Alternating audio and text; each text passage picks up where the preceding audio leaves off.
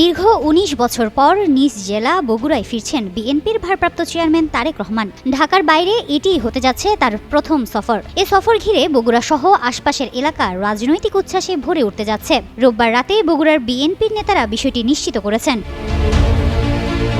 জানা গেছে, আগামী রোববার তারেক রহমান বগুড়ায় পৌঁছে সেখানে রাত্রি যাপন করবেন। পরদিন ১২ জানুয়ারি সোমবার সকাল ১০টায় বগুড়ার আলতাফুন্নেসা খেলার মাঠে তার মা ও সাবেক প্রধানমন্ত্রী বেগম খালেদা জিয়ার আত্মার মাগফিরাত কামনায় আয়োজিত গণদোয়ায় অংশ নেবেন তিনি।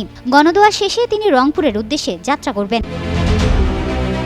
রংপুর যাওয়ার পথে তিনি বগুড়ার শিবগঞ্জ উপজেলার মহাস্থানে অবস্থিত হযরত শাহ সুলতান মাহমুদ বলখি রাদিয়াল্লাহু এর মাজার জিয়ারত করবেন। বগুড়া জেলা বিএনপির নেতারা জানিয়েছেন, সফরকে ঘিরে জেলায় দলীয় নেতাকর্মীদের প্রস্তুতি চলছে।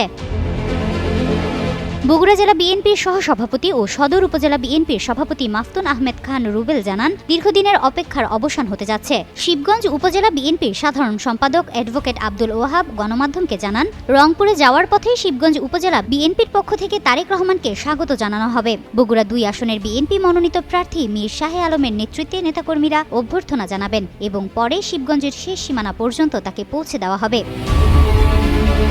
আসন্ন জাতীয় সংসদ নির্বাচনে বিএনপির ভারপ্রাপ্ত চেয়ারম্যান তারেক রহমান বগুড়া ৬ আসন থেকে প্রতিদ্বন্দ্বিতা করছেন। ইতোমধ্যে তার মনোনয়নপত্র বৈধ ঘোষণা করেছেন জেলা প্রশাসক ও জেলা রিটার্নিং কর্মকর্তা তৌফিকুর রহমান। জেলা প্রশাসক জানান, যাচাই বাছাই শেষে তার মনোনয়নপত্রে কোনো ধরনের ত্রুটি পাওয়া যায়নি।